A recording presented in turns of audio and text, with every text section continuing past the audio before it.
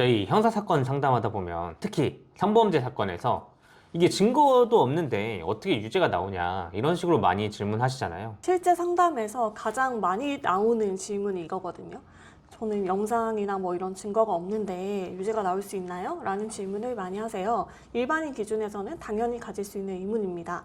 그리고 실제로 우리 성범죄, 특히 강간범죄 같은 경우에는 성관계하는 영상을 촬영하지 않는 이상은 이게 직접 증거가 존재할 수가 없거든요. 그래서 법원도 이거를 직접 증거의 존재 여부만으로 유무죄를 절대 판단하지 않습니다. 그러면 좀 정리를 해봐야 될 것 같은데 아까 말씀 주신 것 중에 직접 증거가 없다. 이건 무슨 의미인가요? 우선 직접 증거가 무엇이냐를 먼저 설명을 드려야 될 것 같아요. 직접 증거라고 하면 말 그대로 이 범죄 사실을 직접적으로 이제 입증할 수 있는 증거거든요.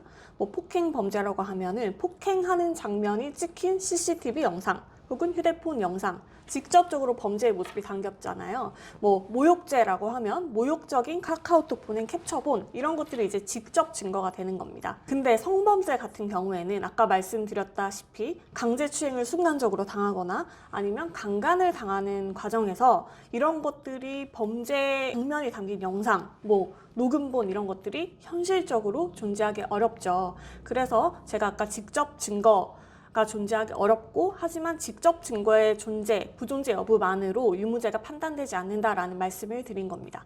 맞습니다. 뭐 성범죄 사건에서는 사실 직접 증거가 있기는 어렵잖아요. 이게 둘이 내밀한 공간에서 이루어지는 사건이기 때문에. 네, 맞습니다. 그래서 성범죄 사건에서는 직접 증거보다는 피해자의 진술, 또 피고인의 진술, 그 다음에 정황 증거들이 종합적으로 고려돼서 유죄, 무죄가 판단된다고 보시면 됩니다. 그러면 법원에서 제일 먼저 보는 건 뭔가요? 피해자 말이 이게 참인지 거짓인지 어떻게 판단하나요? 피해자의 진술은 그 본인이 당한 피해, 범죄 피해에 대한 진술이 될 거잖아요. 네. 그래서 그 진술이 사건 이전의 정황, 그 다음에 사건 당시의 정황, 그 다음 사건 이후의 정황, 이런 것들이 얼마나 구체적이고 유기적으로 구조적으로 잘 연결이 되느냐, 이런 것들을 보게 됩니다. 그래서 어떤 그 연결고리들이 만약에 비어 있어요. 그러면 이 피해자의 진술이 신빙성이 떨어질 수 있는 겁니다. 예를 들어서 이 가해자와 피해자 간에 뭐 관계성이 있었어요. 그런데 갑자기 어떤 범죄가 발생을 했대요.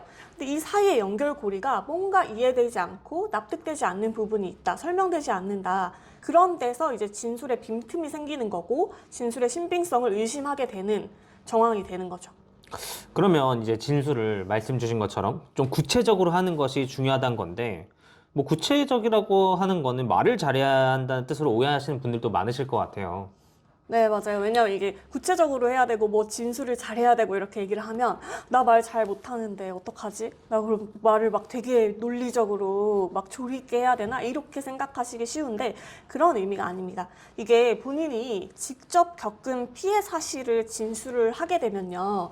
이게 본인이 말을 잘하고 못하고랑 상관이 없이 그 구체적인 사실들을 진술을 하게 되거든요. 그리고 뭐 사건 이전, 사건 당시, 사건 이후의 정황들에 빈틈이 존재하기가 쉽지가 않아요. 근데 그래서 여기서 피해자분들이 주의하셔야 되는 것은 내가 겪은 일들, 그 다음에 이 사람이랑 어떤 이전의 관계였는지, 어떻게 알게 됐는지, 사건 당일에는 왜 만나게 됐으며, 그 전후에는 어떤 상황들이 있었고, 주변에 누가 있었고, 그 이후에 내가 어떻게 행동했고 하는 것들을 내가 최대한 구체적으로 묘사하듯이 마치 영상을 말로 그리듯이 설명한다라는 생각을 가지고 구체적으로 진술하겠다라는 것만 유의를 하시면 돼요. 이게 말 그대로 성범죄는 정말 피해자 진술에 의해서 모든 게 시작되는, 모든 수사가 시작되는 범죄거든요.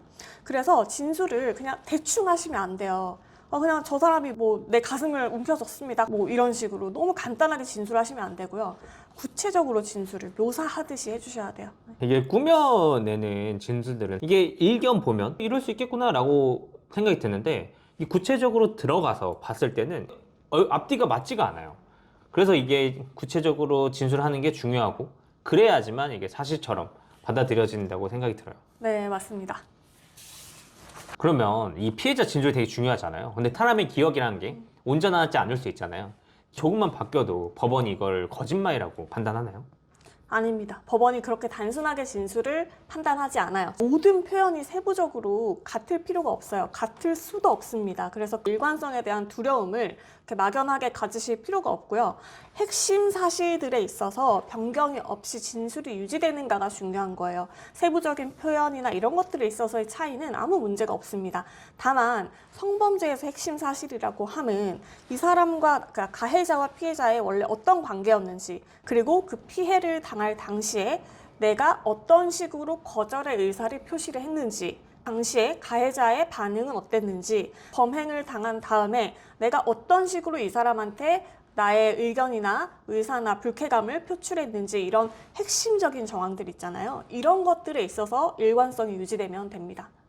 제가 본 이제 사안 중에 조금 안타까웠던 거는 일관성을 유지해야 된다는 강박 때문에 진술이 부자연스럽게 되는 경우들이 있었어요.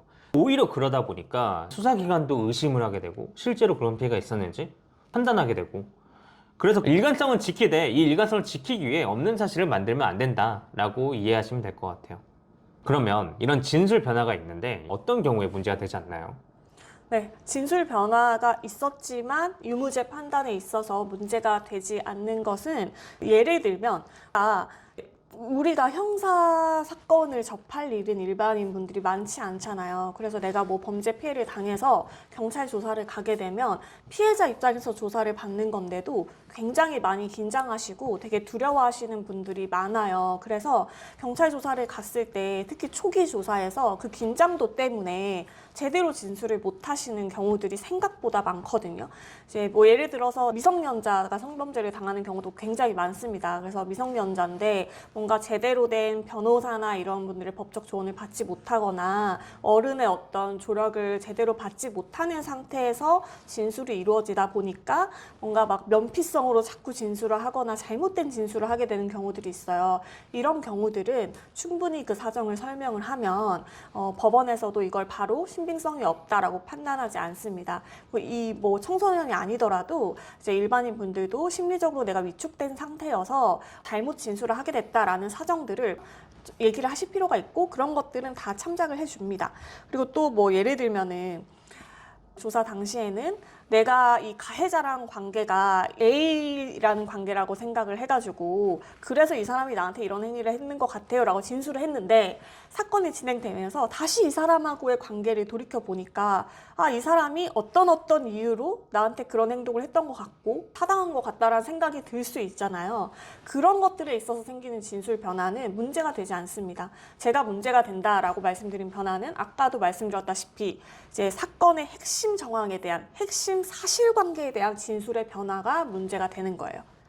그러니까 진술 변화가 어떤 논리적으로 이해되는 부분이라면 문제되지 않는다라고 이해를 하면 되겠죠. 네, 맞습니다. 근데 이게 그래도 진술만으로는 판단받기에는 약간 불안한 측면들이 있잖아요. 또 다른 면은 어떤 걸 중요하게 보죠?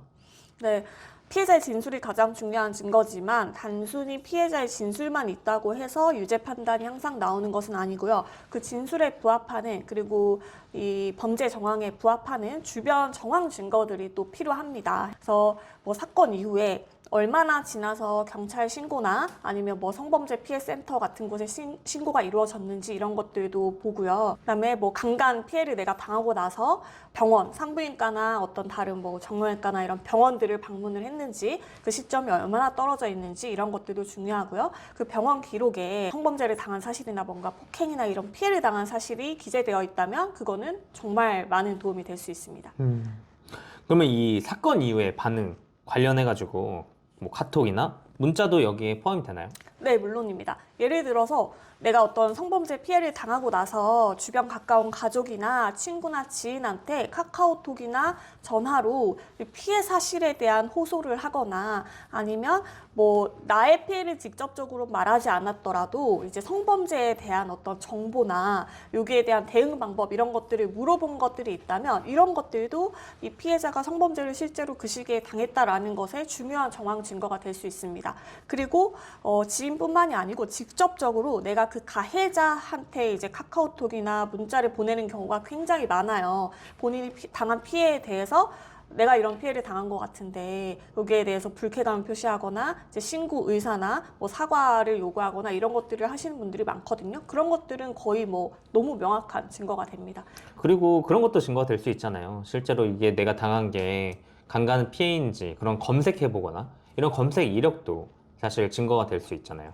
되게 좋은 말씀 해주셨는데요.